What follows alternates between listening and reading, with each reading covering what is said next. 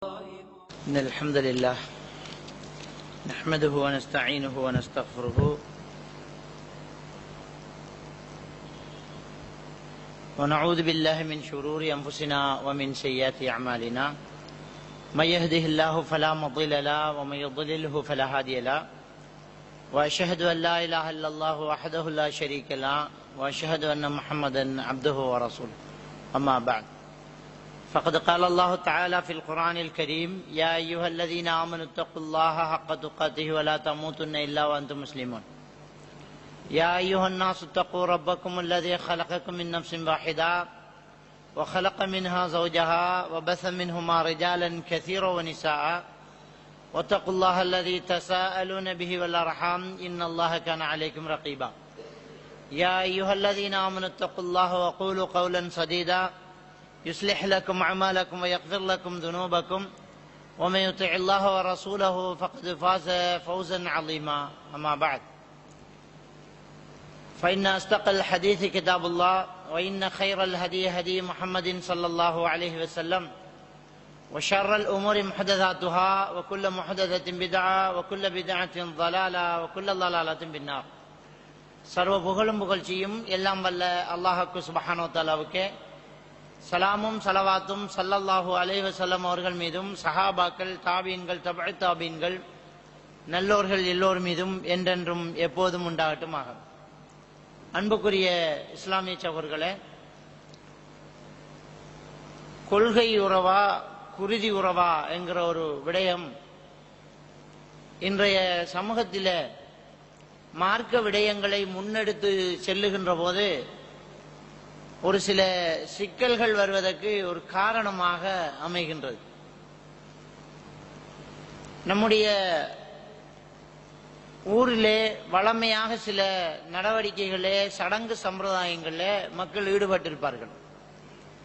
நாம் குர்ஆனையும் ஹதீதையும் அடிப்படையாக வைத்து நம்முடைய சடங்கு சம்பிரதாயங்களை மேற்கொள்ளுகின்ற போது குடும்பங்களுக்கு இடையிலே பாரிய ஒரு பிளவு ஏற்படுவது சகஜமாக போய்விட்டது.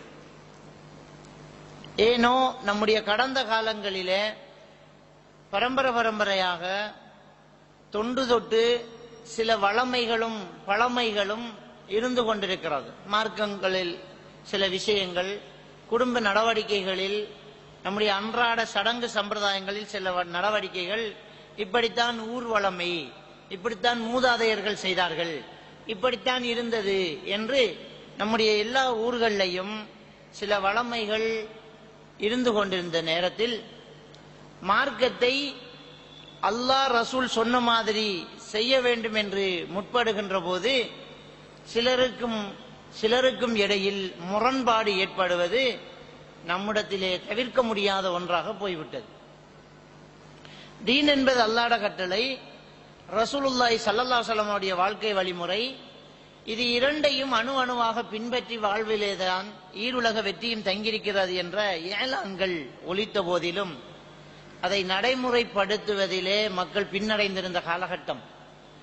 தீன் என்பது அல்லாஹ்வுடைய கட்டளை குர்ஆன், நபியுடைய வாழ்க்கை வழிமுறை ஹதீத், இது ரெண்டையும் அணுவா பின்பற்றி வாழ்றதுல தான் ஈருலக வெற்றியும் தங்கியிருக்குது என்று சொன்னாங்க. ஆனா அதை செய்யாமலே தொடர்ந்து பயான் நடந்துகிட்டே இருக்குது.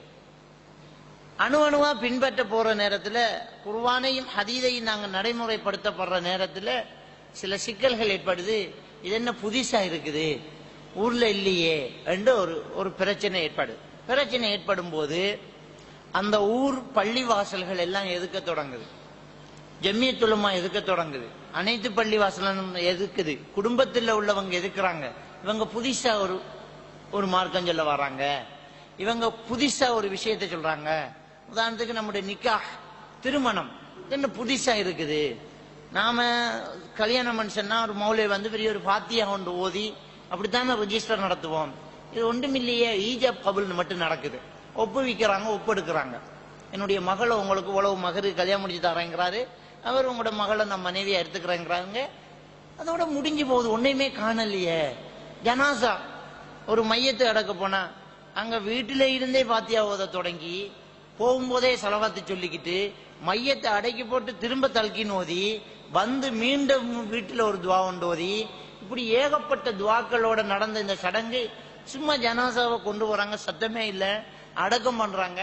சில நேரங்களில் வந்தவங்களுக்கு ஒரு பயான் நடத்துறாங்க, அவங்க பாட்டுக்கு போயிட்டு இருக்காங்களே, என்ன இது வித்தியாசம்?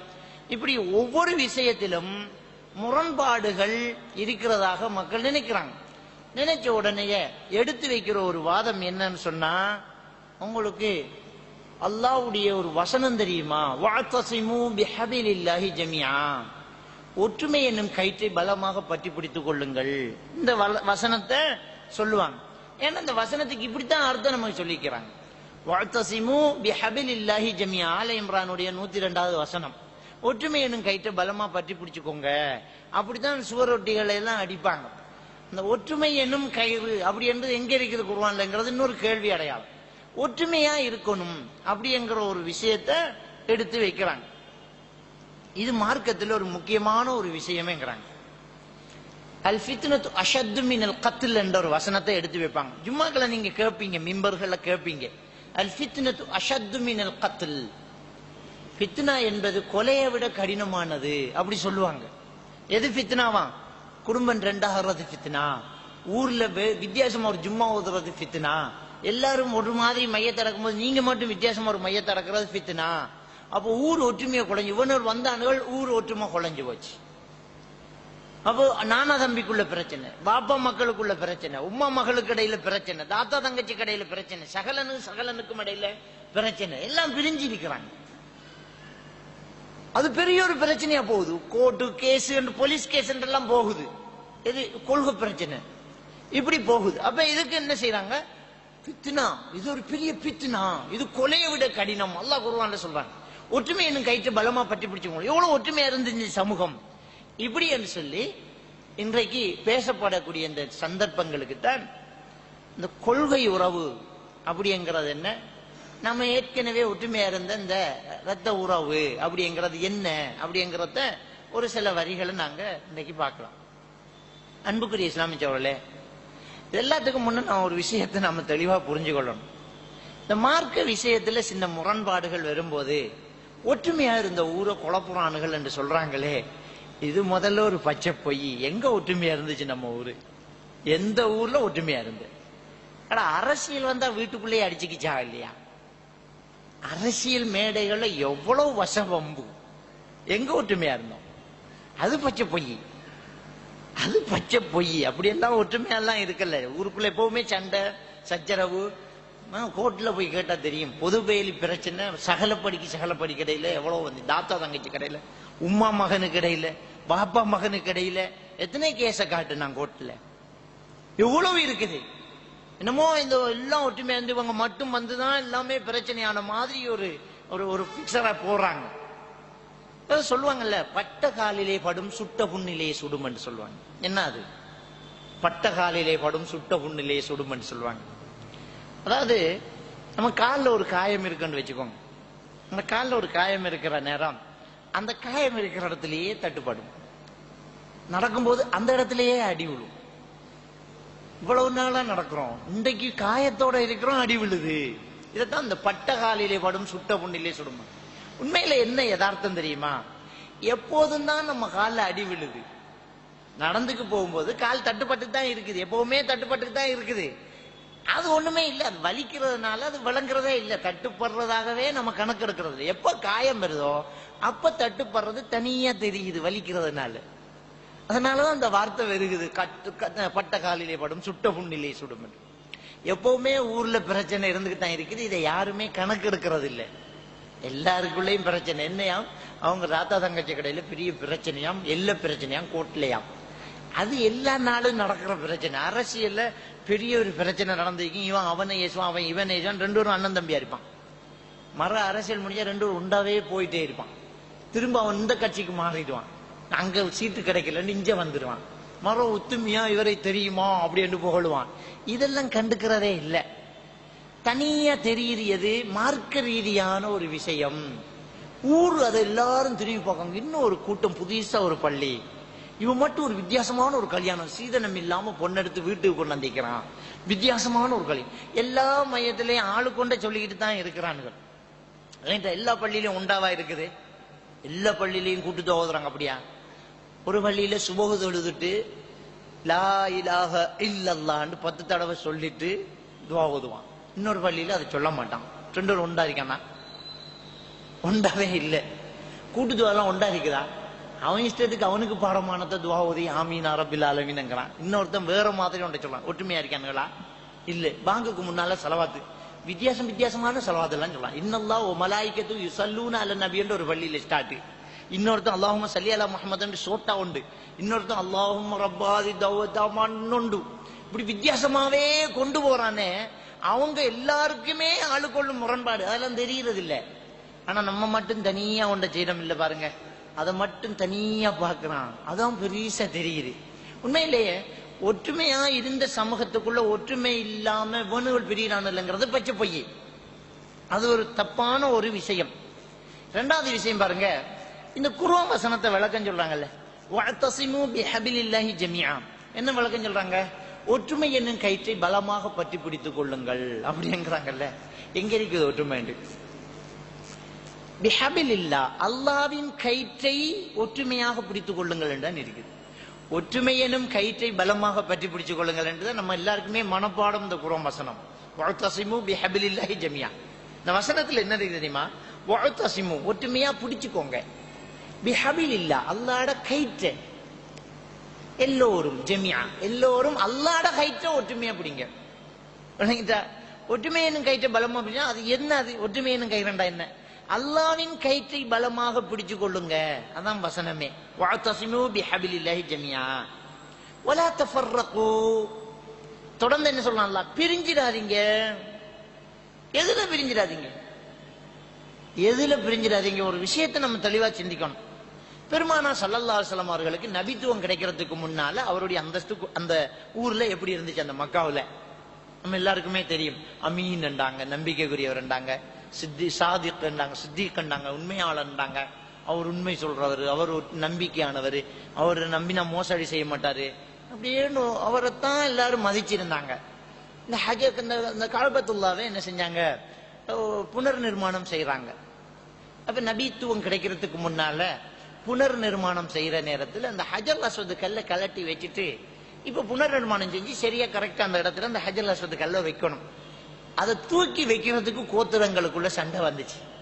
நாங்க தான் வைக்கணும், ஹாஷிம் கலையினர்கள் நாங்க வைக்கணும் அப்படின்னு. இப்படி 4 கோத்திரங்களும் பெரிய சண்டை போகுது. நாங்க இல்ல, நாங்க இல்ல, நாங்கண்டு இடையில நின்று போச்சு புனர் நிர்மாணம். இதான் அவங்களோட ஒற்றுமை. 4 கோத்திரமா பிரிஞ்சு இடையில முடிஞ்சு போச்சு. கட்டினது இடையில நின்று அதை கல்ல வைக்கிறது யாரு அப்படிங்கிற சண்டை. ஆனா முகமது நபியை அவங்க ஒரு நல்ல ஒரு நல்ல ஒரு தீர்ப்பு சொல்லுவாரு அப்படின்னு நம்பி இருந்தாங்க. அவர்கிட்ட போய் கேட்கறாங்க, அந்த பிரச்சனையை தீர்த்து வைக்க முடியுமா அப்படின்னு. அவர் என்ன செய்யறாரு? தோல்ல கடந்த போர்வையை தூக்கி கீழே விரிக்கிறாரு. ஹஜ்ஜுல் அஸ்வத் கல்லை தூக்கி அது மேல வைக்கிறாரு. 4 கோத்திரத்திலையும் 4 தலைவர் வாங்க, இந்த மூலையை நீங்க பிடிங்க, இந்த மூலையை நீங்க பிடிங்க, அந்த மூலையை நீங்க பிடிங்க, இந்த மூலையை நீங்க 4 பேரும் வசத்துங்க. இப்ப 4 கோத்திரமும் தூக்கிட்டீங்களா கல்ல? நபி அவருடைய கையால தூக்கி வச்சுட்டாரு. எல்லாரும் ஏற்றுக்கிட்ட என்ன தானே தூக்கி வச்சுட்டாங்க. பிரச்சனை முடிஞ்சு போச்சு. இப்படி தீர்ப்பு சொல்றதுக்கு அவரை தான் பயன்படுத்தியிருந்தாங்க. அவர் அவ்வளவு நம்பிக்கையா வச்சிருந்தாங்க. அவ்வளவு பேரும் அப்படியே ஒற்றுமையா இருக்கிறாங்க. நபித்துவம் கிடைச்சது. நபித்துவம் கிடைக்குது. கிடைச்ச உடனே அல்லாஹ்வுடைய தூதர் ஸல்லல்லாஹு அலைஹி வஸல்லம் அவங்க ஒரு மலை மீது ஏறி மக்களை எல்லாம் ஒன்று திரட்டி, குடும்பத்தை எல்லாம் ஒன்று திரட்டி, இந்த மலைக்கு பின்னால இருந்த ஒரு கூட்டம் உங்களை தாக்க வருது அப்படின்னு நான் சொன்னா நீங்க நம்புவீங்களான்னு கேட்டாங்க. நீங்க சொன்னா நம்புவோம், நீங்க பொய் சொல்ல மாட்டீங்கன்னாங்க. இப்ப உணர்றாங்க நம்மள விஷயத்துல இவங்க எவ்வளவு நம்பிக்கையோட இருக்கிறாங்கிறத உணர்ந்துட்டாங்க. இப்ப சொன்னாங்க, நான் அல்லாஹ்வின் தூதராக அனுப்பப்பட்டுள்ளேன், லா இலாஹ இல்லல்லாஹ் முஹம்மதுர் ரசூலுல்லாஹ் என்று நீங்க சொல்லுங்க, வெற்றி அடைவீங்க. அதாவது நீங்க நான் வணங்கிக்கிட்டு இருக்கிற இந்த சிலைகளை எல்லாம் விட்டுட்டு அல்லாஹ் மட்டும் வணங்குங்க, உங்களுக்கு வெற்றி கிடைக்கும். நான் அல்லாஹ்க்கு தூதர் என்றதை நம்புங்க அப்படின்னு சொன்ன உடனேயே பிரச்சனையா போச்சு. அவ்வளவுதான். பெரும்பான்மை எதுக்குது? பெரும்பான்மை எதுக்குது? வேற ஒரு குடும்பத்துல பெரும்பான்மை ஏத்துக்கிட்டு கொஞ்சம் பேர் எதுத்தாங்கன்றது இல்ல, பெரும்பான்மை ஏத்துக்கல. அபுல் அஹபு சொந்த சாச்சாலாம், வாப்பாக்கி சகோதரர், அபுல் ஹபு அலிஹாத ஜமாத்தனா தப்பன் லக், இதுக்குத்தானா எங்களை ஒன்று சேர்த்த, நாசமா போக அப்படின்னு 2 கையாலே மண்ணை அழித்துட்டினாரு. அதுக்குத்தான் அவருக்கு ஒரு வசனம் வருது, தப்பத் எதா அபீல் ஹப், அபுல் ஹபுடைய 2 கைகளும் நாசமாகட்டும் என்று அல்லாஹ் குர்ஆன் வசனத்தை இறக்குறான். எல்லாரும் ஏத்துக்கிட்டாங்க. சின்னதா இருந்த அலி ரலியல்லாஹு தஆலா ரசூலுல்லாஹ்வோட இன்னொரு சாச்சாட மகன், அபு தாலிபுடைய மகன், அவரும் ஏத்துக்கல, அபு தாலிபும் ஏத்துக்கல, அவர வீட்டுலதான் வளராரு. அபு தாலிபும் ஏத்துக்கல, அவர மகன் அலி ரலியல்லாஹு சின்னது, ரசூலுல்லாஹ்க்கு தம்பி முறை நம்மளை பொறுத்த வரைக்கும், சாச்சாட மகன், அவரு ஏத்துக்கிட்டார். அபூபக்கர் ஏத்துக்கிட்டார். விரல் விட்டு எண்ணக்கூடிய ஒரு சிலர், அவ்வளவுதான் 2-3 பேர் தான் ஏத்துக்கிட்டாங்க, மத்த எல்லாருமே ஏத்தாங்க. பிரச்சனை ஸ்டார்ட். ஒற்றுமையா இருந்தது இப்ப குழஞ்சு போச்சு. இத என்ன சொல்ற? இப்ப ஒற்றுமையா இருந்தது இப்ப குழஞ்சு போச்சே, இதை என்ன சொல்றது? இப்ப நபி ஒற்றுமையை கெடுத்தாரா? அவருக்கு இந்த ஒற்றுமையை கைத்தை பலமாக பற்றி பிடிக்க தெரியலையா? அப்ப இந்த ஹபல் இல்லா, அல்லாட கயிறு அப்படி என்றால் என்ன? அல்லாட கயிறு அப்படிங்கறத ரசூலுல்லாஹி ஸல்லல்லாஹு அலைஹி வஸல்லம் அவங்க விளக்கம் சொல்றாங்க. ஹபலுல்லாஹ், அல்லாஹ்வின் கயிறு என்றால் கிதாபுல்லாஹில் மதீன், அல்லாட வேதம். இமாம் தபரி ரஹ்மத்துல்லாஹி அலைஹி அவங்க சொல்றாங்க, ஹபில் என்கிற வார்த்தையே நல்லா பயன்படுத்துறான். ஹபில் என்கிற ஒரு வார்த்தையை ஏன் பயன்படுத்துறான் அப்படின்னு சொல்லும் போது இமாம் தபரி ரஹ்மத்துல்லாஹி என்ன சொல்றாங்கன்னு சொன்னால், கயிறு, ஹபில்ங்கிறது கயிறு, அரபுல இருந்து மருகி வந்ததுதான் கேபிள் என்று சொல்லுவாங்க. ஹபில் அதுல மருகி வந்ததுதான் கேபிள். ஹபில்ங்கிறது ஒரு கயிறு. அந்த கயிறு என்கிறது ஒன்றிலிருந்து இன்னொன்றை இணைத்து கட்டக்கூடியதும், ஒரு சைட்ல இருந்து இன்னொரு சைட்ல இணைச்சு கட்டிட்டு பயமில்லாம அதை பிடிச்சுக்கிட்டு போய் சேரக்கூடியதும் கயிறு. அதனால மறுமை வரை ஒரு மனிதனை பயமில்லாமல் கொண்டு போய் சேர்க்கக்கூடிய கயிறு இந்த திருக்குர்ஆன். அதனால் ஹபிலுல்லாஹ் என்ற வார்த்தையை அல்லாஹ் பயன்படுத்துறான் அப்படின்னு இமாம் அவங்க சொல்லி காட்டுறாங்க. அத ரசூலுல்லாஹி ஸல்லல்லாஹு அலைஹி வஸல்லம் அவங்க சொன்னாங்க, இது அல்லாஹ்வுடைய கயிறு அப்படி என்றால் அல்லாஹ்வுடைய குர்ஆன்.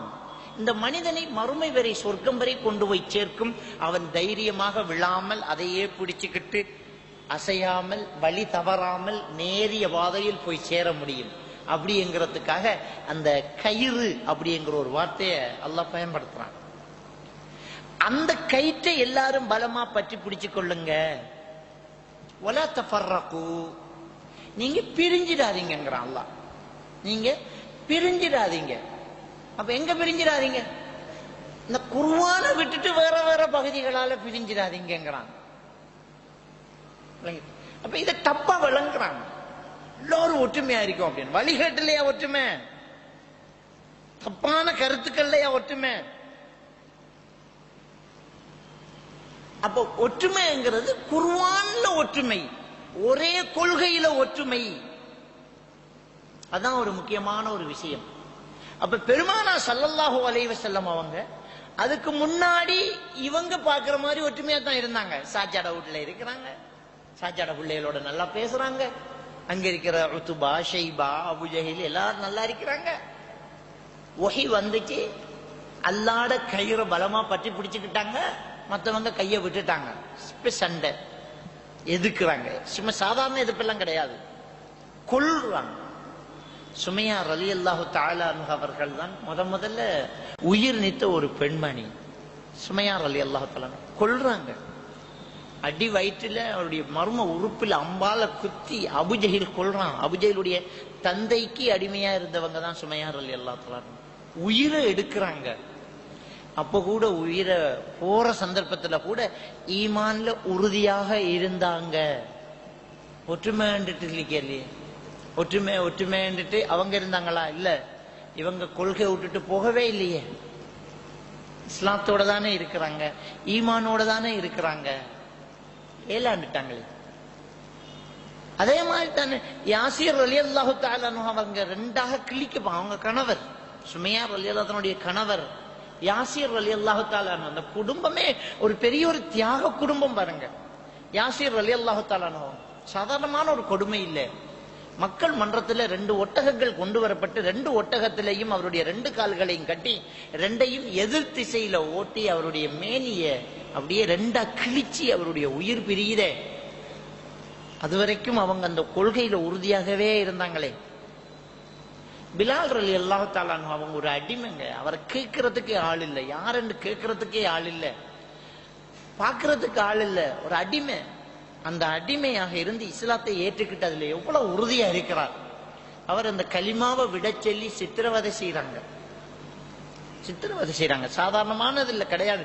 சவுதி அரேபியாவுக்கு சரியான ஹீட் டைம்ல, கடுமையான சூடு டைம்ல போன நமக்கு தெரியும். ஹஜ் உம்ராக்கு நீங்க போயிருப்பீங்க. இப்ப குளிர்காலம், சூடான காலங்களை போனா தெரியும். அந்த மண் தரையில செருப்பு இல்லாம காலை வைக்க முடியாது. ஹரத்துல டைல்ஸுக்கு கீழேயே கூலர் போட்டு வச்சுப்பான். அந்த டைல்ஸ் கூலா இருக்கணும். என்ன, அந்த டைல்ஸ்ல கால் வைக்க முடியாது, கழுவிக்கிட்டே இருப்பாங்க, வைக்க முடியும். அவ்வளவு பெரிய ஒரு கடுமையான ஒரு சூடு. அந்த சுடு மணல்ல வெறும் மேலோட பிலால் ரலியல்லாஹு தஆலா அவர்களை காலில் கயிற்ற கட்டி சிறுவர்களை இழுத்துக்கிட்டு ஓட வச்சுட்டு பின்னால கற்களால எறிஞ்சிட்டு போறதுக்கு இன்னொரு சிறுவர் கூட்டத்தையும் ஆயத்தப்படுத்தி அவரை சித்திரவதை செய்வாங்க.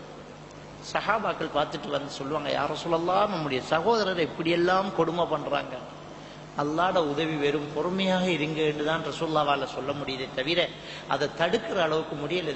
இது பேச்சளவில் இல்லை, கற்பனை பண்ணி பாருங்க எவ்வளவு பெரிய ஒரு கொடுமை. அப்பெல்லாம் பிலால் ரலியல்லாஹு தஆலா அவர்களை சுடு மண்ணல கிடட்டி நெஞ்சில ஒரு பாராங்கல்ல வைப்பாங்களாம். அஹத் அஹத் அஹத் என்று சொல்லுவாங்க. பிறகு உமர் அலி அபூபக்கர் சித்திக் ரலியல்லாஹு தஆலா அவர்கள் அவரை விலை கொடுத்து வாங்கி உரிமையிட்டுட்டாங்க. பிலால் ரலியல்லாஹு தஆலா கேட்கிறாங்க, நீங்க ஏன் அஹத் அஹத் என்று சொன்னீங்க அப்படின்னு. உங்களை போட்டு அவங்க சித்திரவதை செய்யற நேரம் லா இலாஹ இல்லல்லாஹ் சொல்லிருக்கலாமே, அஹது அஹத் என்று ஏன் சொன்னீங்க அப்படின்னு கேட்ட நேரம் பிலால் ரலியல்லாஹு தஆலா அவங்க சொல்றாங்க, அவங்களுக்கு ஆக வெறுப்பான ஒரு வார்த்தை அல்லாஹ் ஒருவன் அப்படிங்கிற ஒரு வார்த்தை தான், அதுக்குத்தான் அந்த வார்த்தையை நான் சொன்னேங்கிறாங்க. அவருடைய ஒரு ஈமானு பாருங்க. இஸ்லாத்துக்கு வந்ததுக்கு தான் அநியாயம் செய்யறான், அடிக்கிறான், சித்திரவதை செய்யறான். அவனுக்கு பிடிக்காததே ஒருத்தன் தான் இறைவன் என்று சொல்றது, அல்லாஹ்வை மட்டும்தான் வணங்கணுங்கிறது அவனுக்கு பிடிக்காது. அதுக்குத்தான் அவன் அடிக்கிறான். அப்போ அவனுக்கு என்ன கடுப்பாகுமோ, அவனுக்கு என்ன வெறுப்பாகுமோ, எது அவனுக்கு பிடிக்காதோ அதைத்தான் சொல்றேன், நான் என்ன வேண்டாலும் பண்ணு, அதுக்குத்தான் அஹத் அஹத் என்று நான் சொன்னேன் அப்படின்னு சொல்றாங்களே. இப்படி எல்லாம் சித்திரவதை செய்யப்பட்டு சிதறி போயிருக்கிறாங்க. இன்னைக்கு இந்த கொள்கையை புரிஞ்சுக்கிட்டு அல்லாஹ்வுடைய இந்த குர்ஆன் ஹதீஸ் தான் உண்மை அப்படிங்கறத புரிஞ்சுக்கிட்டு நம்முடைய ஜும்மாக்களுக்கும் பயான்களுக்கும் வந்துகிட்டு இருந்த ஒரு சிலர் கல்யாணம் அப்படிங்கிற ஒன்று வரும்போது ஆட்களை காணும் சொல்றாங்க, வீட்டுல பெரிய பிரச்சனை, இங்கதான் கல்யாணம் பண்ணணும், அப்படி வீடு சரி எடுக்கணும், வீட்டையாவது எடுக்கணும், உண்மை விடுறாங்கல்ல. அதுக்கு முன்ன எல்லாத்தையும் எடுத்துக்கிட்டு தான் இங்க வந்தாங்க.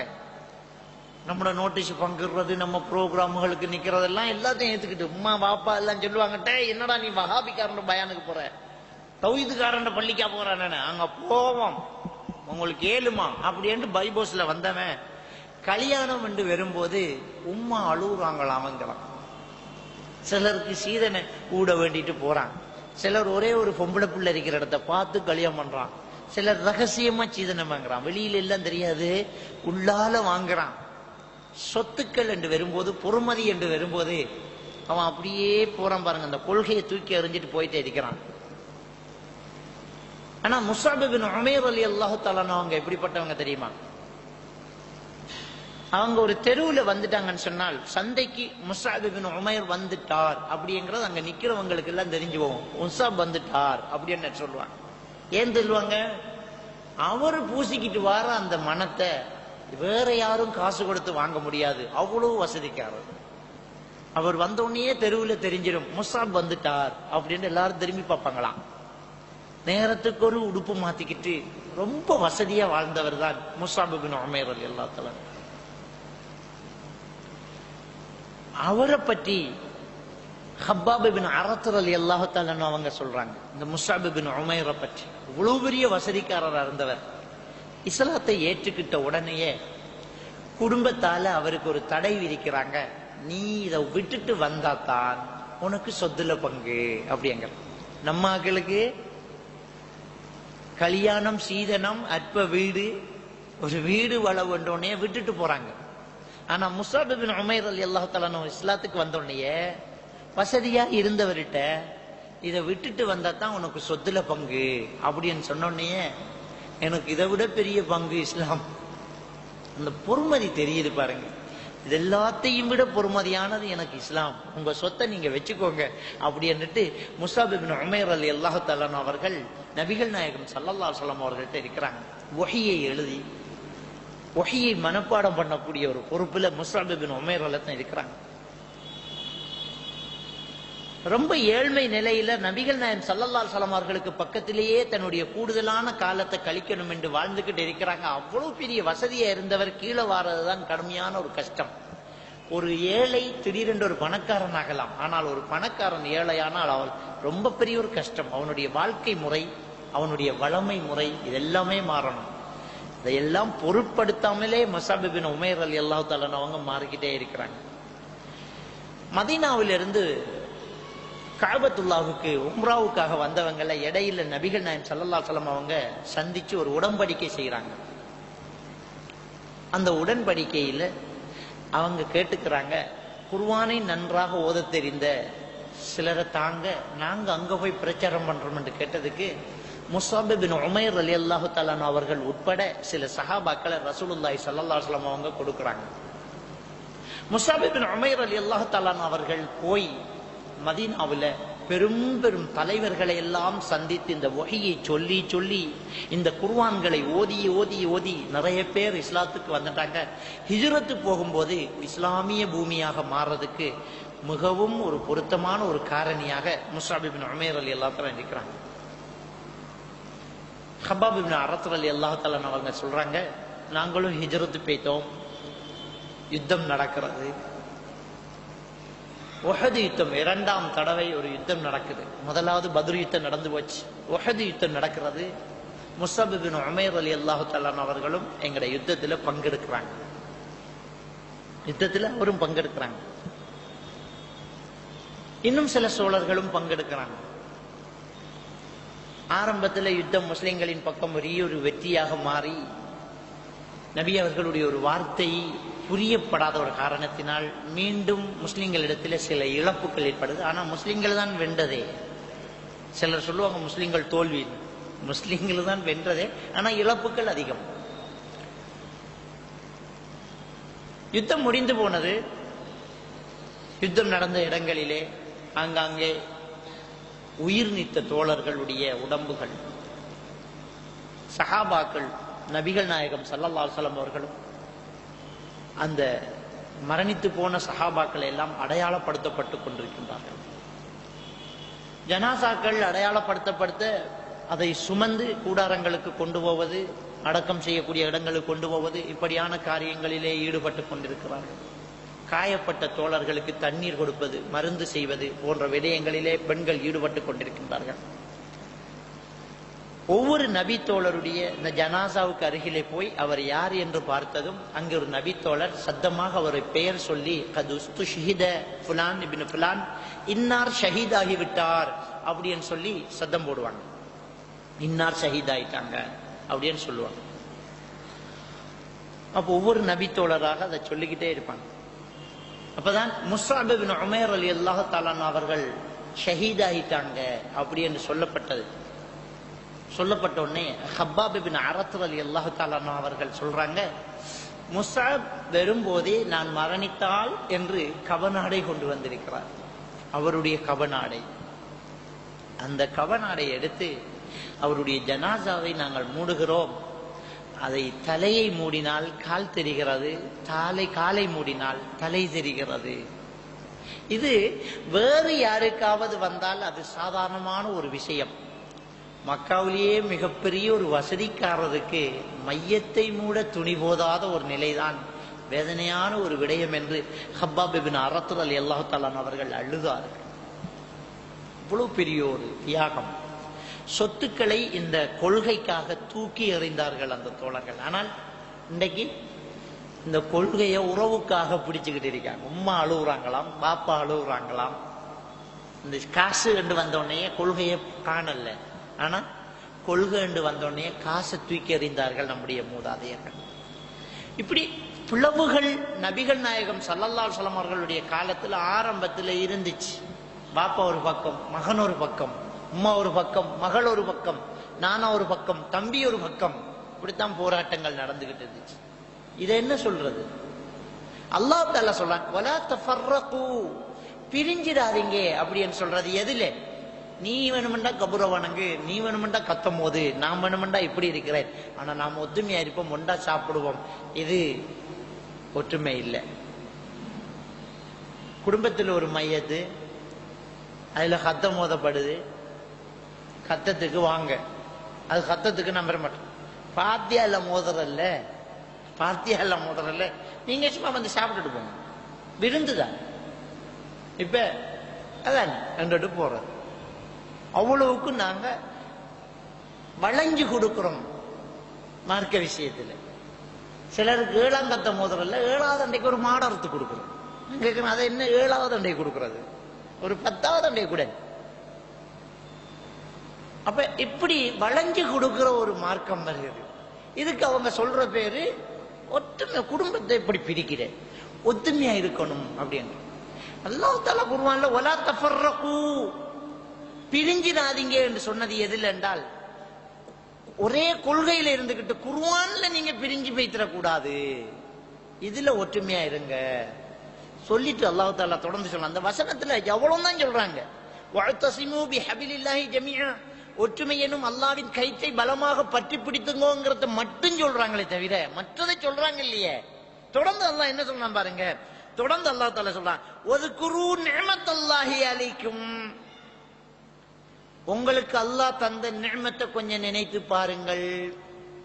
எது நிஅமத்து? அல்லாஹ் நமக்கு தந்த நிஅமத்தை நினைச்சு பார்க்க சொல்றானே, எது நிஅமத்? பெரிய ஒரு நிஅமத் நம்ம எல்லார்கிட்டையும் இருக்காது, ஈமான் நமக்கு கிடைச்சிருக்கு. நம்மட சிலர் இஸ்லாத்தை பிறகு தழுவி இருக்கிறாங்க. ஆனா நாங்க பிறக்கும் போதே அப்படியே தாமரை இலையில தாவி குதிச்ச மாதிரி தானாவே ஒரு முஸ்லீமா பிறந்திருக்கிறோம். அல்லாஹ் எவ்வளவுக்கு நமக்கு அருளை நாடி இருக்கிறான் பாருங்க. நமக்கெல்லாம் ஈமான நாடி இருக்கிறான், இஸ்லாத்தை நாடி இருக்கிறான். வேறு ஒரு மதத்துல பிறந்தாலும் இஸ்லாத்துக்கு வந்து சேருறோம். பிறக்கும் போதே இஸ்லாத்திலேயும் பிறக்கிறோம். எவ்வளவு பெரிய ஒரு பாக்கியம்! அல்லாஹ் ஈமான தந்திருக்கிறான். உலகத்திலே ஆகப்பெரிய நிஅமத் இதுதான். இந்த உலகத்தையே ஆளத் தந்தாலும் மரணத்தோட முடிஞ்சு போகும். ஆனா ஈமானோட இருந்துகிட்டு ரோட்டோரத்துல கூலி தொழில் செஞ்சா கூட மரணத்தை தொடர்ந்து அது நமக்கு பிரயோசனம் தரும். அதான் அல்லாஹ்வோட மிகப்பெரிய ஒரு நிஅமத். இந்த தீன நிஅமத் என்று அல்லாஹ் இன்னொரு வசனத்துல சொல்லி காட்டுறாங்க. சூரத்துல் மாயிதா 3வது வசனத்துல, அல் யௌம அக்மல்து லக்கும் தீனக்கும், உங்களோட தீன இண்டையோட பூர்த்தியாக்கி விட்டேன். வ அத்மம்து அலைக்கும் நிஅமதி, என்ற நிஅமத்தை உங்களுக்கு நான் பூர்த்தியாக்கிட்டேங்கிறான். அது ஒரு நிஅமத், அல்லாஹ்வோட அருள். அதை கொஞ்சம் நினைச்சு பாருங்க என்று அல்லாஹ் தஆலா சொல்லிட்டு, இது குன்தும் அதா, நீங்கள் எதிரிகளாக இருந்தீர்கள். நீங்கள் எதிரிகளாக இருந்தீர்கள். எப்ப எதிரிகளாக இருந்தோம்? இஸ்லாத்துல ஒரு ஆள், இஸ்லாத்துக்கு வெளியில ஒரு ஆள், எதிரிகளாக நீங்கள் இருந்தீர்கள். ஃபஅல்லஃப பைன குலூபிக்கும், உங்களுடைய உள்ளங்களுக்கு இடையிலே அல்லாஹ் ஒன்று சேர்த்தான். எதிரிகளாக இருந்தாங்க, உள்ளத்துக்கு இடையில ஒன்று சேர்த்தான். அல்லாஹ் சேர்த்து விட்டான், ஒன்று சேர்த்து விட்டான் உள்ளத்துக்கு இடையில. பாருங்க, அதே உஹது போர்ல ஹம்சா ரலியல்லாஹு தஆலா அவர்கள் மரணிக்கிறாங்க. ஹம்சா ரலியல்லாஹு தஆலா அவர்களுக்கு அம்பறிந்தவர் வஹ்ஷி ரலியல்லாஹு அன்ஹு. இஸ்லாத்துக்கு பிறகு வாரார் வஹ்ஷி அப்படிங்கிறவர். வஹ்ஷி என்பவர் தான் அம்பரீரர். அம்பரீரத்துக்கு பணம் தாரன், விடுதலை செய்கிறேன் அப்படிங்கிறது ஹிந்தாங்கிற ஒரு பெண்மணி. அவங்களும் இஸ்லாத்துக்கு வராங்க. இந்த ஷியாக்களுடைய பாட சிலபஸ்ல ஹிந்தாவை ஒரு கொடுமையா கொண்டு வருவாங்க. சஹாபாக்களை தூற்றுறதுதான் அவங்க வேலைய. ஹிந்தா ஒரு பெரிய மோசமான ஒரு ஆளா காட்டுவாங்க.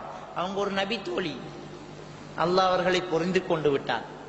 ஆனா அவங்க தான் என்ன செஞ்சது, அந்த எதிர்பார்ட்டியில முகமது நபியே அல்லது பெரிய ஒரு ஆளை நீ கொண்டா உனக்கு விடுதலை என்று சொன்னாங்க.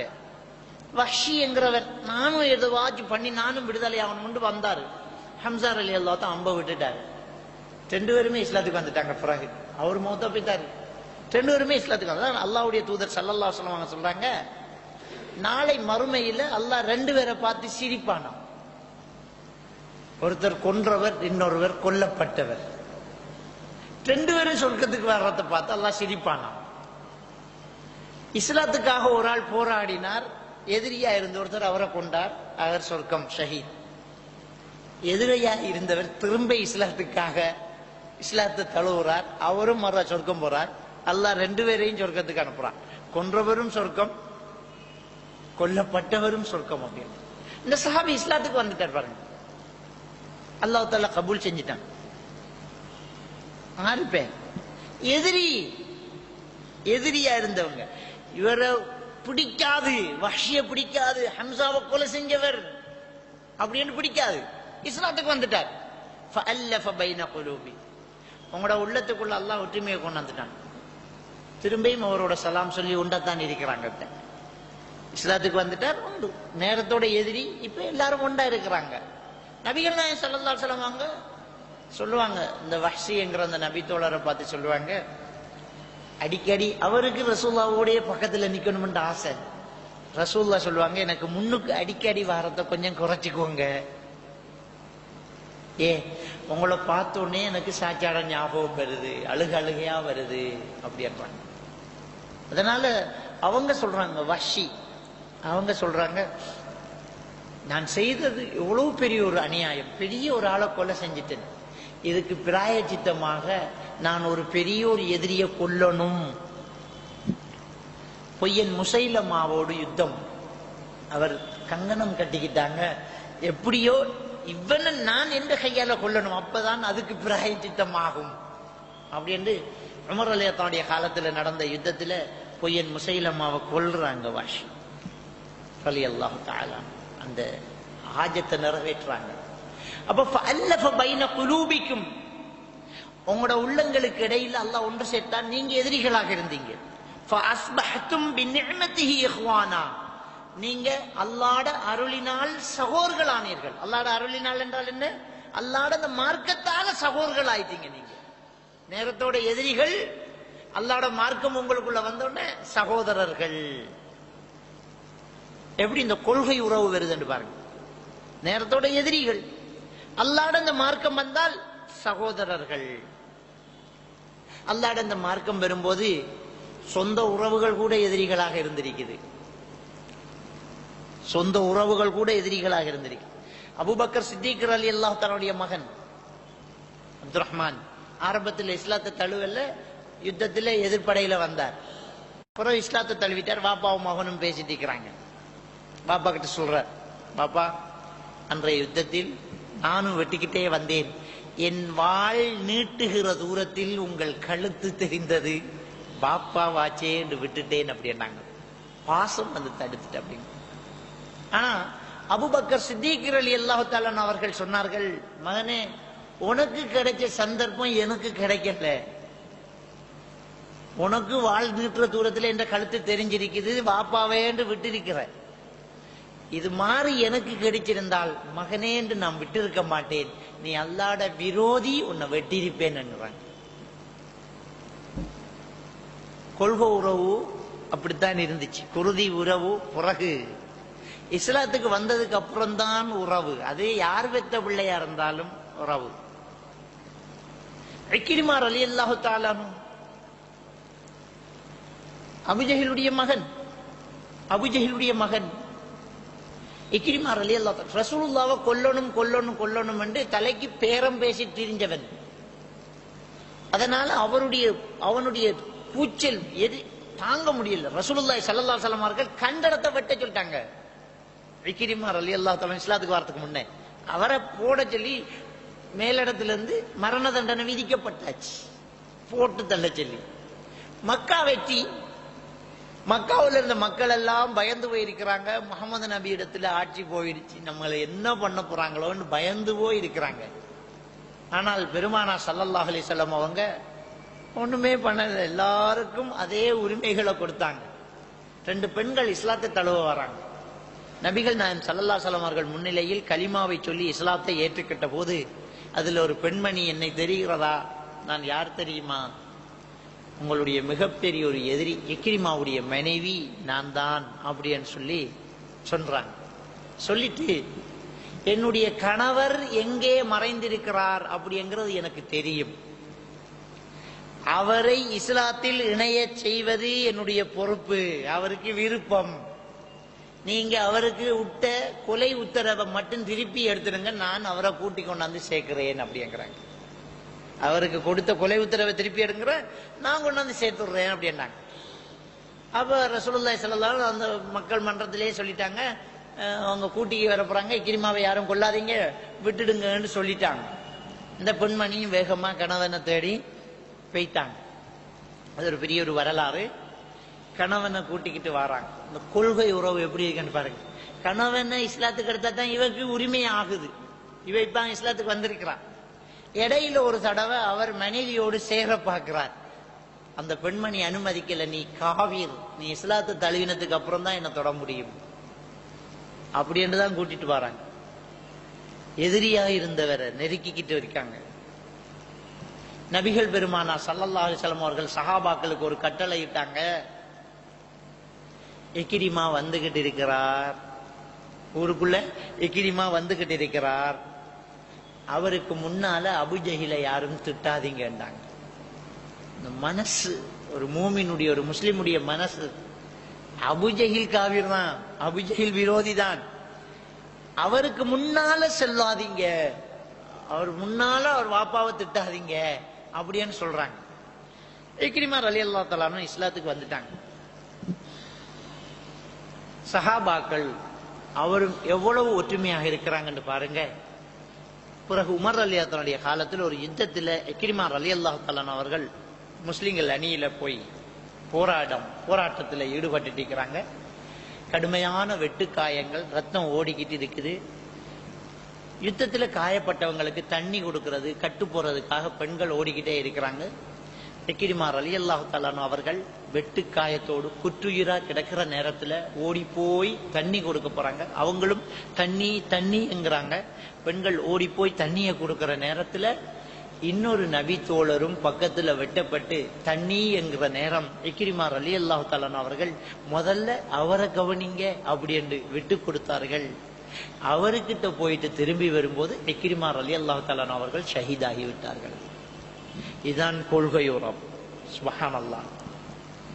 அல்லாஹ்வுடைய தூதரை கொல்லணும் என்று வந்தவர், இரத்த உறவில்லை, கூட பிறந்ததில்லை, ஒரு முஸ்லிம் தண்ணி கேட்கிறார், தான் மரண நிலையில் இருக்கும் போதும் அவருக்கு முதலுரிமை கொடுங்க அப்படி என்கிற ஒரு நெருக்கமான ஒரு உறவை தந்தது இந்த கொள்கை. அதுல ஒற்றுமையா இருந்தாங்க. அதான் அல்லாஹ் தஆலா சொல்றான், ஃபஅஸ்பஹ்தும் பிநிஅமதிஹி இஹ்வானா.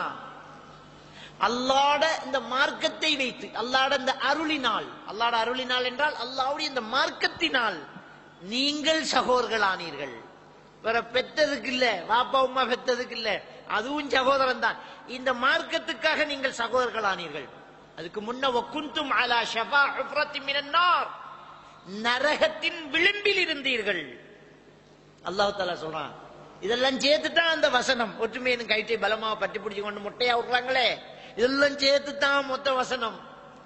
நீங்கள் அந்த நரகத்தின் விளிம்பில் இருந்தீர்கள். மௌத்தான நரகம், குஃப்ர்ல இருந்தீங்க, மார்க்கத்துக்கு முரணான செயல் இருந்தீங்க. ஃபஅன்கதக்கும் மின்ஹா, அதிலிருந்து அல்லாஹ் உங்களை பாதுகாத்தான், அதிலிருந்து அல்லாஹ் உங்களை பாதுகாத்தான். கதாலிக யுபையினுல்லாஹு லக்கும் ஆயாத்திஹி லஅல்லக்கும் தஹ்ததுன். இவ்வாறுதான் உங்களுக்கு அல்லாஹ் அவனுடைய அத்தாட்சியை தெளிவுபடுத்துகிறான், நீங்கள் நேர்வழி வரலாம் என்பதற்காக அல்லாஹ் தஆலா அந்த வசனத்தை சொல்லி முடிக்கிறான். அல் இம்ரான் 102 103 வசனம் இது. எனவே இந்த கொள்கையில அந்த சஹாபாக்கள் சேர்ந்ததுக்கு அப்புறம் உயிர் கூட கொடுக்க தயாராகிறாங்க. அந்த கொள்கையில அவங்க செத்த உறவெல்லாம் பார்க்கல, அதுல அவ்வளவு உறுதியாக இருக்கிறாங்க. பாருங்க, அல்லாஹ் தஆலா குர்ஆன்ல சொல்றான், சூரா அல் ஃபத் 29வது வசனத்துல, முஹம்மதுன் ரசூலுல்லாஹ், முஹம்மது அல்லாஹ்வுடைய தூதர். முஹம்மது நபியோட பெயர் சொல்லப்படுற ஒரே ஒரு வசனம் இதுதான், சூரா அல் ஃபத் 29வது வசனம். முஹம்மதுன் ரசூலுல்லாஹ், முஹம்மது அல்லாஹ்வுடைய தூதர். வல்லதீன மஅஹு, அவரோடு இருப்பவர்கள், முஹம்மது நபியோடு இருப்பவர்கள் அந்த சஹாபாக்கள். அஷித்தாஉ அலல் குஃபார், காவிர்களிடம் கடுமையாக நடந்து கொள்வார்கள். காவிர்களிடம் வெட்டுத்தான், காவிர்களிடம் விட்டு கொடுக்க மாட்டாங்க, கடுமையாக நடந்து கொள்வார்கள். நான் சொல்லுவாங்களே, ஹலால் என்றா ஒண்ணாங்க, யுத்தத்துக்கு போய் சஹாபாக்கள் கொலை செஞ்சாங்க. காவிர் என்றா அங்க கடுமையாக இருப்பாங்க. அதாவது இந்த கொள்கைக்கு வெளியில எந்த ஒரு அட்ஜஸ்ட்மெண்ட், விட்டு கொடுக்குற, நழுவுற, போயிட்டு வார, நீங்க சும்மா பாட்டியில இருந்துவிட்டு போங்கல, நீங்க ஒன்றும் மோத தேவையில்லை, இதெல்லாம் கிடையாது. அவங்க காவிர்கள்ட்ட எதிரிகளாகவே இருப்பாங்க. ருஹமாஉ பைனஹும், அவர்களுக்குள்ள, அந்த முஹம்மது நபியோடு இருக்கிறாங்களே அவங்களுக்குள்ள அவங்க இரக்கம் உள்ளவர்களாகவே இருப்பாங்க. அவங்களுக்குள்ள அப்படியே இரக்கம். புகாரியில வரக்கூடிய ஒரு ஹதீஸ், ஒரு நபித்தோழ சொல்றாங்க, நாங்க நபிகள் நாயகம் ஸல்லல்லாஹு அலைஹி வஸல்லம் அவர்களோடு இருந்தோம். அபூபக்கர் சித்திக் ரலியல்லாஹு தஆலா அவர்கள் தன்னுடைய வேட்டியை உயர்த்திக்கிட்டு ஓடிக்கிட்டு வர்றாங்க. அவருடைய முடங்கால் தெரிகிற அளவுக்கு உயர்த்திக்கிட்டு ஓடி வர்றாங்க. அபூபக்கர் சித்திக் அழுதுகிட்டே வர்றாங்க. யா ரசூலல்லாஹ் அப்படின்ட்டு வர்றாங்க. நபிகள் பெருமானார் ஸல்லல்லாஹு அலைஹி வஸல்லம் அவர்களுக்கு அபூபக்கர் சித்திக் ரலியல்லாஹு தஆலா அவர்களை மறக்கவே முடியாது. ஏன்னா அவருடைய ஆரம்ப காலத்துல எல்லாரும் அவரை பொய் என்று சொன்ன போது உண்மை என்று சொன்னவர் அவர். இவர் உண்மைதான் சொல்றாரு என்று சொன்னவர். எல்லாரும் இவரை பொய் என்று சொன்ன நேரம் அவர் சொல்றது உண்மைன்னு சொன்னவர். சொந்த சொத்துக்களை எல்லாம் செலவழித்து துணை நின்றவர். அவர் ஒரு நாளும் மறக்க மாட்டாங்க. அபூபக்கர் சித்திக் அப்படியே ஓடி வராங்க. ஓடி வந்து சொல்றாங்க, யா ரசூலல்லாஹ், உமருக்கும் எனக்கும் ஒரு வாய்த்தாக்கம் வந்து விட்டது. உமருக்கும் எனக்கும் ஒரு வாய்த்தாக்கம் வந்து விட்டது. ஆத்திரத்தில் வார்த்தையை அள்ளி வீசி விட்டேன், கொஞ்சம் கடினமா பேசிட்டேன். அடிக்கலாம் இல்ல, ஆத்திரத்துல கொஞ்சம் வார்த்தையை வீசி விட்டுட்டேன். பிறகு நான் அவரிடம் மன்னிப்பு கேட்டேன், அவர் என்னை மன்னிக்கவில்லை யா ரசூலல்லாஹ் அப்படி என்று அழுதுகிட்டு ஓடி வராங்க. எவ்வளவு கஷ்டமா இருந்திருக்குது பாருங்க. அப்பதான் சண்டை நடந்திருக்குது, ரெண்டு பேருக்கும் இடையில என்னமோ ஒரு வாய்த்தாக்கம். புகார்ல வரக்கூடிய ஹதீஸ், நான் உமருக்கும் எனக்கும் ஒரு வாய்த்தாக்கம், வார்த்தையை வீசி விட்டேன், மன்னிப்பு கேட்டேன், உமர் என்னை மன்னிக்கவில்லை யா ரசூலல்லாஹ், அல்லாஹ் என்னை மன்னிப்பானா என்று கேட்டபோது நபிகள் பெருமானார் ஸல்லல்லாஹு அலைஹி வஸல்லம் அவர்கள், நிச்சயமாக அல்லாஹ் உங்களை மன்னிப்பான் அப்படி என்று 3 தடவை சொல்றாங்க. அல்லாஹ் உங்களை மன்னிச்சிட்டான், அல்லாஹ் உங்களை மன்னிச்சிட்டான், அல்லாஹ் உங்களை மன்னிச்சிட்டான் அப்படி என்று பக்கத்திலேயே உட்கார வச்சுக்கிட்டு இருக்கிறாங்க. கொஞ்ச நேரத்துல உமர் ரலியல்லாஹு தஆலா அவங்க ஓடி வராங்க. ஓடி வந்து சொல்றாங்க, யா ரசூலல்லாஹ், அபூபக்கர் என்னிடம் மன்னிப்பு கேட்டால் கோபத்தில் நான் மன்னிக்கவில்லை. பிறகு அவரை தேடி அவருடைய வீட்டுக்கு போனேன், அவர் இல்லை, இங்கே வந்து விட்டேன், நான் அவரை மன்னித்து விட்டேன் என்றுகிட்டு உமர் ரலியல்லாஹு தஆலா அவர்கள் அழுதுகிட்டே ஓடி வராங்க. நபிகள் பெருமானார் ஸல்லல்லாஹு அலைஹி வஸல்லம் அவர்கள் சொன்னார்கள், நீங்களெல்லாம் என்னை தூக்கி வீசிய போது சேர்த்து கொண்டவர் இவர். அவர் சொந்த சொத்துக்களையும் பணங்களையும் செலவழித்து இந்த மார்க்கத்துக்காக உதவி செய்தவர் இவர். தயவு செய்து என் நண்பரை எனக்காக விட்டு தாருங்கள் என்று நபிகள் நாயகம் ஸல்லல்லாஹு அலைஹி வஸல்லம் அவர்கள் சொன்னார்கள்.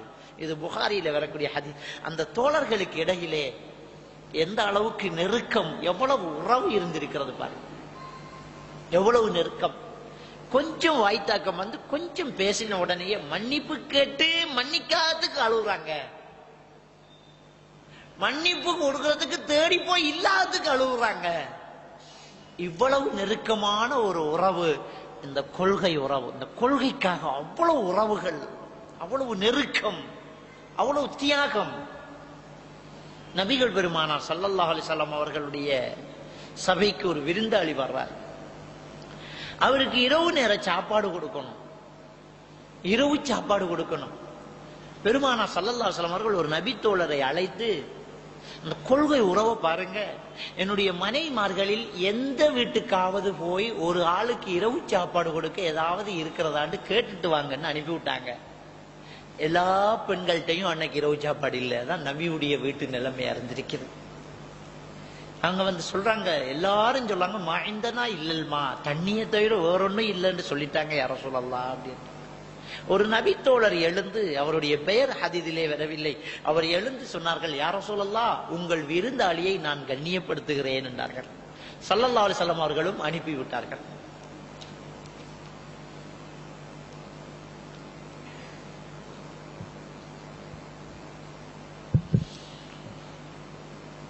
நபிகள் நாயகம் ஸல்லல்லாஹு அலைஹி வஸல்லம் என்ன செய்றாங்க, அனுப்பி விட்டுட்டாங்க. அவரும் கூட்டிக்கிட்டு போறாங்க. கூட்டிக்கிட்டு போய் மனைவி கிட்ட சொல்றாங்க, அல்லாஹ்வுடைய தூதருடைய விருந்தாளியை கொண்டாந்திருக்கிறேன், கண்ணியப்படுத்தணும்ங்கிறாங்க. அந்த வார்த்தை விருந்து கொடுக்கணும்ங்கிறது தான் அது. அப்ப அவங்க மனைவி சொல்றாங்க, இரவைக்கு எனக்கும் உங்களுக்கும் வீட்டுல சாப்பாடு இல்லை, நம்ம ரெண்டு பேருக்கும் ஏற்கனவே இல்லை, ஆனா பிள்ளைகளுக்கு கொடுக்கறதுக்கு தான் கொஞ்சம் உணவு இருக்குது. 2-3 பிள்ளைகளுக்கு கொடுக்கறான்னா பெரிய ஒரு அளவு கொடுக்கலாம் இல்லை, நம்ம பிள்ளைகளுக்கு கொடுக்கிற உணவு தான் இருக்குது, என்ன செய்யலாம் அப்படின்னு 2 பேருமே நிதானமாக மசூரா. அப்ப பெருமானா ஸல்லல்லாஹு அலைஹி வஸல்லம் அவர்களுடைய அந்த பயிற்சி பாசறாது, எப்படி வளர்த்திருக்கிறாங்க, எவ்வளவு கொள்கையில நெருக்கம். அவங்க சொல்றாங்க, வ இன் அராது இல தஆமி ஃபநவ்விமிஹிம், எவ்வளவு ஒரு மனசு வேணும். மனைவி கிட்ட சொல்றாங்க, பிள்ளைகளுக்கு சாப்பாடு தேவைன்னு கேட்டாங்கண்டா, சும்மா விட்டுடுங்க, பிள்ளைகள் சாப்பாடு கேக்குதுண்டா ஏதாவது சொல்லி பிள்ளைகளை தூங்க வச்சிடுவோம், பிள்ளைகளை தூங்க வச்சிடுவோம். அது வரைக்கும் நம்ம பேசிக்கிட்டு இருக்கிறோம். பிள்ளைகள் தூங்கினதுக்கு பிறகு, ஏன்னா பிள்ளைகளுக்கு கொடுக்காம பிள்ளைகள் முடிச்சிட்டு கூட இன்னொரு ஆளுக்கு சாப்பாடு கொடுத்தா மனசு பாதிக்கப்படுறோம். நமக்கு தராம ஆரோக்கிய கொடுக்காங்க, அதெல்லாம் பாக்குறாங்க. பிள்ளைகள் சாப்பாடு கேட்டால் பிள்ளைகளை முதல்ல தூங்க வைங்க, எப்படியாவது தூங்க வைங்க. பிள்ளை தூங்கினா சரி, தூங்கினதுக்கு அப்புறமா எங்களை சாப்பாட்டுக்கு கூப்பிடுங்க, இருக்கிறத ஒரு பாத்திரத்தில் அவருக்கு வைங்க, வெறும் பாத்திரம் உண்ட மூடி எந்த பக்கம் வைங்க, 2 பேருக்கும் சாப்பாடு இருக்கிற மாதிரி உட்கார்ந்துக்கிறோம். சாப்பிட தொடங்கும் போதே விளக்க சரி செய்யற மாதிரி அணைச்சு விடுங்க, விளக்க நூத்துடுங்க. நம்ம வீடு மாதிரி எல்லாம் விளக்க நூத்தோடனே நெருப்பட்டி எல்லாம் இல்ல, இன்னொரு வீட்டுக்கு போகணும் நெருப்படுக்க, அதை பெருசா எடுக்கவே மாட்டாங்க, இருட்டிலேயே பழம் வாழ்ந்துருவாங்க. அந்த காலம் அப்படி. விளக்க நூத்துடுங்க, அவர் சாப்பிடட்டும், நான் சாப்பிடுற மாதிரி இருக்கிறேன் என்று அந்த நபி தோழர் மனைவி கிட்ட பேசி அந்த விருந்து ஒம்பல நடத்தி முடிக்கிறாங்க. சுப்ஹானல்லாஹ். அல்லாஹ் தஆலா வஹி இறக்குறார். சுபஹ் தொழுகைக்கு பள்ளிக்கு போறாங்க. ரசூலுல்லாஹி ஸல்லல்லாஹு அலைஹி வஸல்லம் அவங்க சொன்னாங்க, உங்களோட விஷயத்துல அல்லாஹ் அரசிலிருந்து தகவல் தந்துட்டான். தங்களுக்கு தேவைகள் இருக்கிற போதும் அடுத்தவர்களுக்கு அவர்கள் என்ன செய்வாங்க, உதவி செய்வாங்கங்கிற விஷயத்தை சொல்றாங்க. அந்த அளவுக்கு அவங்க கொள்கையில உறுதி. அந்த தோழர்கள் அப்படியே நெருக்கி பார்க்கறாங்க. எனவே கொள்கைக்கு வெளியில யாரா இருந்தாலும், சொந்த வாப்பா பிள்ளைகள், அது அல்லாஹ் தஆலா குர்ஆன்ல சொல்ல பாருங்க, யா அய்யுஹல்லதீன ஆமனு, ஈமான் கொண்டவர்களே, லா தத்தகிது ஆபாஅக்கும் வ இஹ்வானக்கும் அவுலியா இன் இஸ்தஹப்புல் குஃப்ர அலல் ஈமான். ஈமான் கொண்டவர்களே, உங்களுடைய மூதாதையர்கள் வாப்பாமார்களையும் உங்களுடைய சகோதரர்களையும் ஈமானுக்கு பகரமாக குஃப்ரை அவர்கள் விரும்பும் பட்சத்தில் நேசர்களாக நீங்கள் எடுத்துக்கொள்ள வேண்டாம். பாப்பாவா இருந்தாலும் சரி, சகோதரர்களாக இருந்தாலும் சரி, ஈமானுக்கு பகரமாக குஃப்ரை அவர்கள் நேசிக்கும் பட்சத்தில் அவர்களை உங்கள் பொறுப்புதாரிகளாக நீங்கள் எடுத்துக்கொள்ள வேண்டாம் அப்படி என்று சொல்லிட்டு, ஒமையதவல்லஹும் மின்கும் ஃபஉலாயிக ஹுமுல் ஸாலிமூன், உங்கள இருந்து யாரு அவர்களை நேசர்களாக எடுத்துக்கிட்டாங்களோ அவர்கள் அநியாயக்காரர்கள் என்று அல்லாஹ் தஆலா சொல்றார். இதுதான் குடல்வாய் உறவுங்கிறது. ஈமான் இருந்தா தான், இல்லாட்டி இல்ல தள்ளித்தான். அது யாரா இருந்தாலும் சரி, சாச்சாவா இருந்தாலும் சரி, சாச்சார மகனா இருந்தாலும் சரி, எவனா இருந்தாலும் சரி, தள்ளி. இது சூரா அல் தௌபா 23வது வசனம். சூரா அல் முஜாதலா 22வது வசனத்தில் அல்லாஹ் தஆலா சொல்றான், லா தஜிது கௌமன் யுமினூன பில்லாஹி வல் யௌமில் ஆஹிர். நபியே, அல்லாஹ்வையும் மறுமை நாளையும் ஈமான் கொண்ட இந்த சமூகம் எப்படி இருக்கும் தெரியுமா? யுஅத்தூன மன் ஹாத்தல்லாஹ வ ரசூலஹு வலவ் கானு ஆபாஅஹும் அவ் அப்னாஅஹும் அவ் இஹ்வானஹும் அவ் அஷீரத்தஹும். அல்லாஹ்வையும் ரசூலையும் எதிர்க்கக்கூடியவர்கள் அவர்களுடைய பாப்பாவர்களாக இருந்தாலும், மூதாதையர்களாக இருந்தாலும், பிள்ளைகளாக இருந்தாலும், சகோதரர்களாக இருந்தாலும், குடும்பஸ்தர்களாக இருந்தாலும் அவர்களை நேசிக்க கூடியவர்களாக இந்த அல்லாஹ்வையும் மறுமையும் ஈமான் கொண்ட இந்த மக்கள் இருக்க மாட்டார்கள் என்று அல்லாஹ் தஆலா வாக்குறுதி கொடுக்கிறான். இப்படித்தான் இருப்பாங்க அந்த மூமின்கள் என்று ரசூலுல்லாஹ்வுக்கு சொல்றான். லா தஜிது கௌமன் யுமினூன பில்லாஹி வல் யௌமில் ஆஹிர். அல்லாஹ்வையும் மறுமை நாளையும் ஈமான் கொண்ட இந்த மக்கள் எப்படி இருப்பார்கள் தெரியுமா? பாப்பாவா இருந்தாலும் சரி, பிள்ளையா இருந்தாலும் சரி, குடும்பஸ்தனா இருந்தாலும் சரி, அல்லாஹ் ரசூலை எதுக்குறானா அவனை நேசிக்க மாட்டான், அவனை மனசுல எடுக்க மாட்டான். இவன் தான் உண்மையான மூமின் அப்படிங்கிற விஷயத்தை அல்லாஹ் சூரா அல் முஜாதலா 22வது வசனத்துல சொல்றான். அல்லாஹ் ரசூலை எதுக்குறவனை நேசிக்க மாட்டான். நம்ம ஆக்களை நீ ரெண்டு தான் இல்லாத மீலாது விழாவை கொண்டாடி அந்த மீலாது விழாவுக்கு அல்லாஹ் ரசூலை எதுக்குற காவிர்களை கொண்டாந்து புகழாரம், அவருக்கு ஞாபகம் கொடுக்கிறது, ஞாபக சின்னம் கொடுக்கிறது, எல்லா மதத்திலிருந்து ஒவ்வொருத்தரை கொண்டாடுறது. எவனா இருந்தாலும் அல்லாஹ் ரசூலை எதுக்குறவன் அவன். சொந்த வாப்பாவா இருந்தாலும் சரி, பிள்ளையா இருந்தாலும் சரி, குடும்பஸ்தனா இருந்தாலும் சரி, அல்லாஹ்வையும் ரசூலையும் ஏத்துக்காதவன் எதுக்குறவனா இங்க மனசுல இடம் இல்ல. இது அக்கீதாவுல ஒரு முக்கியமான ஒரு விஷயம். சிலர் காவிர்களை கடுமையா நேசிப்பாங்க, உசுர விடுவாங்க, அவங்களுக்காக தியாகம் செய்வாங்க. பழக்கம் நல்லா இருக்கணும், அவன் இஸ்லாத்துக்கு வரணும்ங்கிறதுக்காக மனசுக்குள்ள தூக்கி வைக்கிறதுக்கு அவன் நஜிஸ். நாம நம்புறோம் அல்லாஹ்வை நம்பல ஒருத்தன், நாம நேசிக்கிற ரசூலுல்லாஹ் ஒருத்தன் நேசிக்கல, அவன் எப்படி நமக்கிட்ட உசத்தி ஆகுவான்? அதான் காவிர்களை நீங்க நேசிக்க கூடாது, அவன் எப்பவுமே உங்களுக்கு விரோதி தான். அவன் எப்படித்தான் உங்களுக்கிட்ட கருணையா காட்டி நல்லம் தான். இப்ப என்னங்கிற நல்லம் கொடுக்கல் வங்கல வச்சுக்கலாம், பேசலாம். மனசுக்குள்ள அன்பு தூக்கி வைக்கிறதுங்கிறது இஸ்லாத்துல அனுமதியே கிடையாது. அன்புக்குரிய இஸ்லாமிய சகோதரர்களே, எனவே நாங்க சொந்த வாப்பாவா இருந்தாலும் சரி, பிள்ளையா இருந்தாலும் சரி, குடும்பஸ்தனா இருந்தாலும் சரி, ஈமான் அங்க இல்ல என்றால், இந்த தௌஹீத் அங்க இல்ல, இறை கோட்பாடு அங்க இல்ல, இந்த இஸ்லாம் அங்க இல்ல என்றால் அதை அட்ஜஸ்ட் பண்ணி போறவர்கள் நாங்க இல்ல. அது உறவு குடல்வாய் சனம் ரத்த உறவுங்கிறதால என்னென்ன அனுமதி அதை மட்டும் தான் செய்வோம். கொடுக்கல் வாங்கல், உதவி செய்யறது, அதெல்லாம் செய்வோமே தவிர மனசுக்கு தூக்கி வைக்கிறதோ அவங்களோட சேர்ந்து கொள்கைக்கு முரணான விஷயத்துல வளைந்து நெளிந்து கொடுக்கிறதோ அனுமதி கிடையாது. அதுல உறுதியாக இருப்போம். இதுதான் ஒரு உண்மையான ஒரு விசுவாசி, ஒரு மூமின் தன் கொள்கையில உறுதியாக இருப்பான். இதுதான் நம்முடைய அகீதா, இதுதான் நம்முடைய கொள்கை. இதுல ஒரு நாள் நாங்க வளைந்து நெளிந்து கொடுக்க கூடாது. எனவே அன்புக்குரிய இஸ்லாமிய சகோதரர்களே, நானும் நீங்களும் இந்த இஸ்லாத்தை அதன் தூய வடிவில் விளங்கி குர்ஆன் ஹதீஸை நம்முடைய வாழ்க்கையில எடுத்து நடந்து நாங்க எல்லாரும் ஒற்றுமையா இருக்கணும். கொள்கைக்கு முரணான விஷயங்களை ஒற்றுமைன்னு நினைச்சு நாங்க செய்திடக்கூடாது. எல்லாம் வல்ல அல்லாஹ்வுக்கு சுப்ஹானஹு வ தஆலா நம் அனைவருக்கும் கபூல் செய்வனாக. வாஹிரு தஅவானா அல்ஹம்துலில்லாஹி ரப்பில் ஆலமீன்.